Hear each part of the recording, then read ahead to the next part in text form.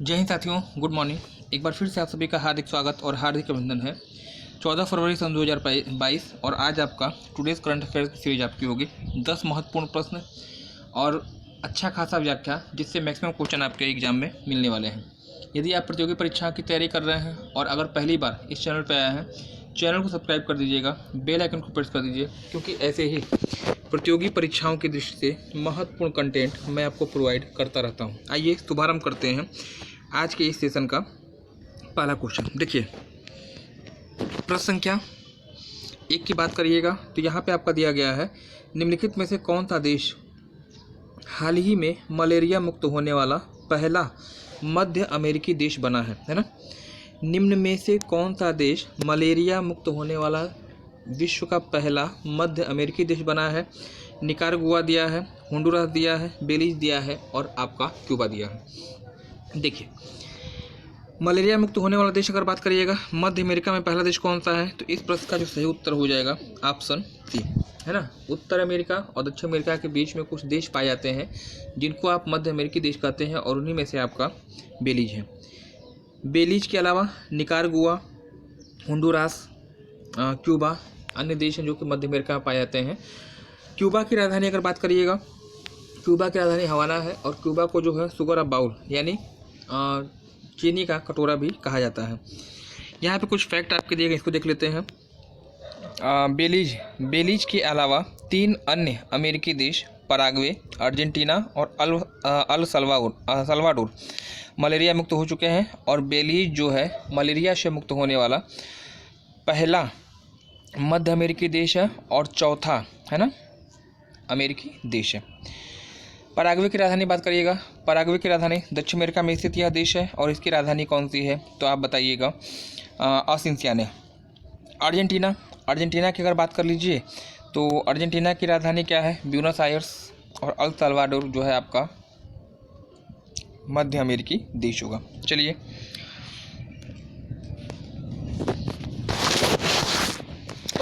प्रश्न संख्या 2 की बात करिएगा। यहाँ पे दिया गया है, हाल ही में जारी भारत में पर्यावरण की स्थिति 2023 के अनुसार किस राज्य ने समग्र श्रेणी में पर्यावरण प्रदर्शन के लिए शीर्ष स्थान प्राप्त किया है? हाल ही में जारी भारत में पर्यावरण की स्थिति 2023 के अनुसार किस राज्य ने समग्र श्रेणी में पर्यावरण प्रदर्शन के लिए शीर्ष स्थान प्राप्त किया है? छत्तीसगढ़, महाराष्ट्र, उत्तराखंड या फिर तेलंगाना? इस प्रश्न का जो सही उत्तर होगा ऑप्शन,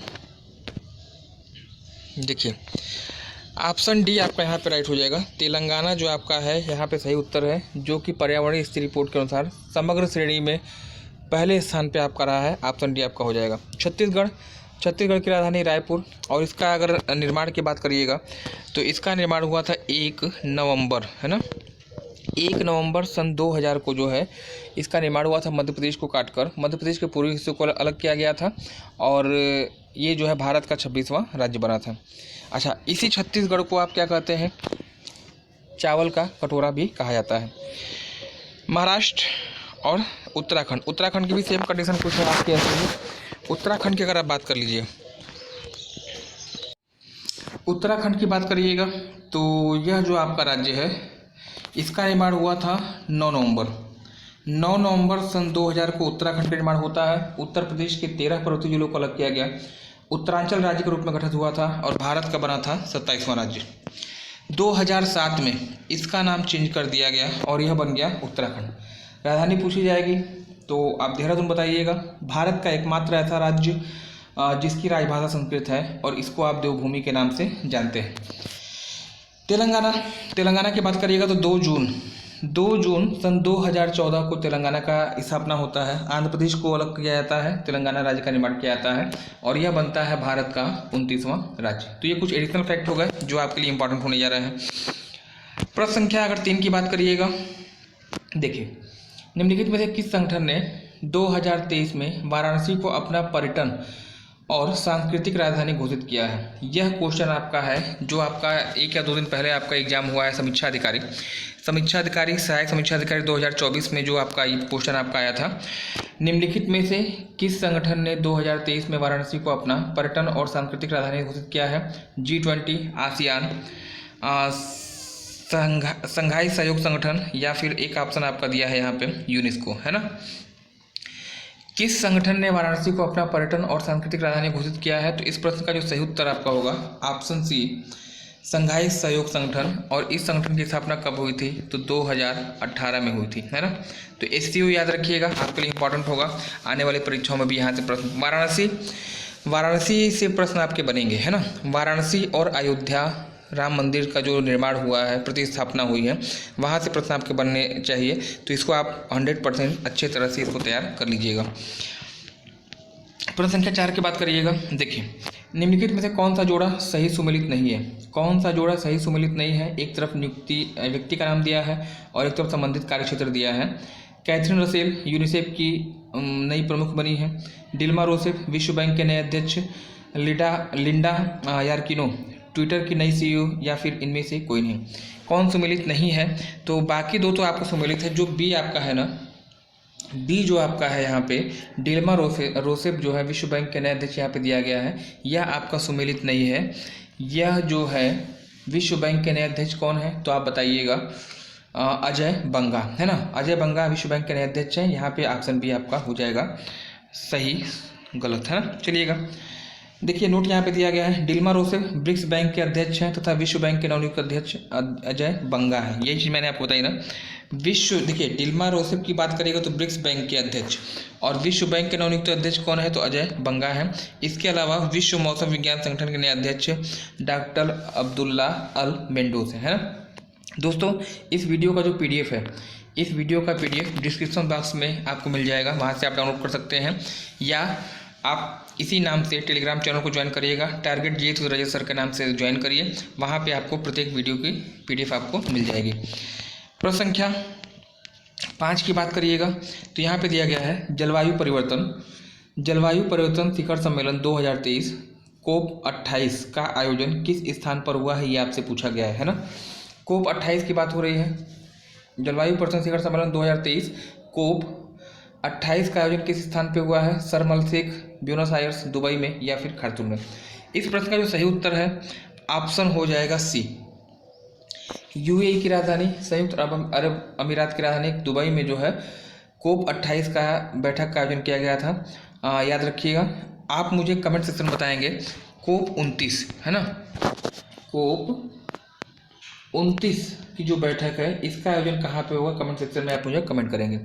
कुछ अन्य महत्वपूर्ण आंदोलन जो है आपको उसको देख लिया जाए। यहाँ पे देखिए एपेक 2023 सैन फ्रांसिस्को में इसका आयोजन हुआ था। 20वां एशियान भारत शिखर सम्मेलन, इसका आयोजन स्थल आपका जकार्ता है। 15वां ब्रिक्स सम्मेलन आपका जोहान्सबर्ग, इंपॉर्टेंट होगा आप लोग के लिए। ये जो आपका है ना 15वां ब्रिक्स सम्मेलन कहाँ पे हुआ था? तो जोहान्सबर्ग साउथ अफ्रीका में।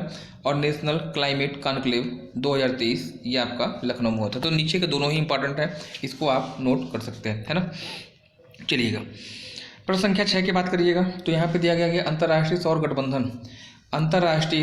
गठबंधन ISA में शामिल होने वाला नवीनतम देश कौन सा है? यहाँ पे आपसे प्रश्न पूछा गया है ना। अंतर्राष्ट्रीय सौर गठबंधन ISA यानी इंटरनेशनल सोलर अलायंस में शामिल होने वाला नवीनतम देश कौन है? आइसलैंड, न्यूजीलैंड, कनाडा, या फिर हंगरी। इस प्रश्न का जो सही उत्तर आपका होगा वह हो जाएगा ऑप्शन डी, है ना। हंगरी एक यूरोपीय देश है और इसकी राजधानी बुडापेस्ट है। हंगरी जो है ISA में शामिल होने वाला यानी अंतर्राष्ट्रीय सौर गठबंधन में शामिल होने वाला नवीनतम है, या कहिएगा 96वां, है ना, 96वां देश आपका होगा। देखिए कुछ फैक्ट यहाँ देख लेते हैं। अंतर्राष्ट्रीय सौर गठबंधन विश्व का एकमात्र ऐसा संगठन है जिसका मुख्यालय भारत में है। कहाँ पे? गुरुग्राम में। हाल ही में यूरोपीय देश हंगरी इस संगठन में शामिल होने वाला विश्व का नवीनतम देश बना है, जो कि 96वां नंबर का होगा। चलिए, आज के सेशन का 7वां क्वेश्चन आपका दिया गया है। इसरो द्वारा लॉन्च किया गया मंगलयान के संबंध में क्या सही है? यह क्वेश्चन भी आपका समीक्षा अधिकारी 2024 में आपका पूछा गया था। इसे मार्स आर्बिटर मिशन भी कहा जाता है, मॉम कहा जाता है, बिल्कुल कहा जाता है। इसे नवंबर 2013 में लॉन्च किया गया था, बिल्कुल सही है। उपरोक्त दोनों गलत है, उपरोक्त दोनों सही है। कौन सा सही है? तो ऑप्शन डी आपका हो जाएगा आपका। इसे मिशन ऑफ मार्स यानी मार्स आर्बिटर मिशन कहा जाता है, मॉम कहा जाता है, MOM, है ना। MOM के नाम से जाना जाता है और नवंबर 2013 में इसको जो है लॉन्च किया गया था भारत के द्वारा, है ना। आज के सेशन का 8वां क्वेश्चन और इम्पॉर्टेंट होगा आप लोग के लिए। हाल ही में किस राष्ट्रीय उद्यान में राष्ट्रपति द्रौपदी मुर्मू जी के द्वारा गज उत्सव का शुभारंभ किया गया, है ना। हाल ही में किस राष्ट्रीय उद्यान में राष्ट्रपति श्रीमती द्रौपदी मुर्मू जी के द्वारा गज उत्सव का शुभारंभ किया गया? कांजीरंगा राष्ट्रीय उद्यान, जिम कॉर्बेट राष्ट्रीय उद्यान, गिर अभ्यारण्य और सिमलीपाल अभ्यारण्य, है ना। इस प्रश्न का जो सही उत्तर है, गज उत्सव का शुभारंभ कहाँ पे हुआ है, तो ऑप्शन ए यहाँ पे राइट होगा। कांजीरंगा राष्ट्रीय उद्यान आपका यहाँ पे सही होने जा रहा है, यह ध्यान रखेंगे। और पूछा जाए कांजीरंगा राष्ट्रीय उद्यान पड़ता कहाँ है, तो आपका उत्तर होगा असम में। एक सींग वाले गैंडे के संरक्षण के लिए जाना जाता है। जिम कॉर्बेट भारत का पहला राष्ट्रीय उद्यान उत्तराखंड के नैनीताल में स्थित है। 1937 में जो है स्थापना होती है जिम कॉर्बेट की, तब उसे हैली राष्ट्रीय उद्यान कहा जाता था। 1957 में इसका नाम जिम कॉर्बेट हो गया और 2021 में पुनः इसका नाम परिवर्तित हुआ और इसे आज की डेट में रामगंगा राष्ट्रीय उद्यान के नाम से जाना जाता है, ठीक है ना। गिर अभ्यारण्य गुजरात में पड़ता है और एशियाई शेरों के संरक्षण के लिए फेमस है। सिमलीपाल पूछा जाए कहाँ पे है, तो आप बताएंगे उड़ीसा राज्य में, है ना। कुछ फैक्ट यहाँ पे दिए गए, इसको देख लेते हैं। हाथियों की संख्या वाले शीर्ष 3 राज्य, सबसे अधिक अगर पूछा जाए कहाँ पे है, कर्नाटक में। सबसे अधिक संख्या हाथियों की कहाँ पे है, कर्नाटक में, इसके बाद असम में और फिर आपका केरला में। पूछा जाए प्रोजेक्ट हाथी आपका कब शुरू हुआ था, तो प्रोजेक्ट हाथी आपका जो है स्टार्ट हुआ है 1992। विश्व हाथी दिवस कब मनाया जाता है, तो आपका उत्तर होगा प्रत्येक वर्ष 12 अगस्त, है ना। 12 अगस्त को विश्व हाथी दिवस मनाया जाता है। कमेंट सेक्शन में आप मुझे कमेंट करेंगे कि 12 अगस्त को कोई और दिवस मनाया जाता है और वह दिवस कौन सा है, कमेंट सेक्शन में आप मुझे कमेंट करेंगे। चलिएगा आज के सेशन का 9वां क्वेश्चन। इंडिया जस्टिस रिपोर्ट 2022 के अनुसार निम्नलिखित में से कौन सबसे पहले और सबसे अंतिम राज्य का जोड़ा है ना। इंडियन जस्टिस रिपोर्ट 2022 के अनुसार निम्नलिखित में से कौन सा सबसे पहला और सबसे अंतिम राज्य का जोड़ा है? केरल एवं बिहार, पंजाब एवं छत्तीसगढ़, कर्नाटक एवं उत्तर प्रदेश या राजस्थान एवं उत्तर प्रदेश। तो देखिए इस रिपोर्ट के अनुसार पहले नंबर पे आपका कर्नाटक था और अंतिम नंबर पे आपका उत्तर प्रदेश था। तो ऑप्शन सी यहाँ पे हो जाएगा राइट। कर्नाटक और उत्तर प्रदेश में जो है ये आपका होगा। हमारे लिए शर्मिंदगी की बात है क्योंकि हम निचले पायदान पे हैं ना। आज के सेशन का 10वां क्वेश्चन अगर देखा जाए, निम्नलिखित में से कौन सा जोड़ा सही सुमेलित नहीं है? कौन सा जोड़ा सही सुमेलित नहीं है आपसे पूछा गया। मसाला बोर्ड कोचीन दिया है, चाय बोर्ड कलकत्ता दिया है, रबर बोर्ड आपका कोट्टायम दिया है और कॉफ़ी बोर्ड आपका हैदराबाद दिया है। कौन सा जोड़ा सुमेलित नहीं है? तो यहाँ पे 3 सुमेलित हैं। मसाला बोर्ड का मुख्यालय कोट्टम मतलब केरल में आपका है, कोचीन में। चाय बोर्ड, चाय और जूट दोनों का मुख्यालय आपका जो है कलकत्ता में है।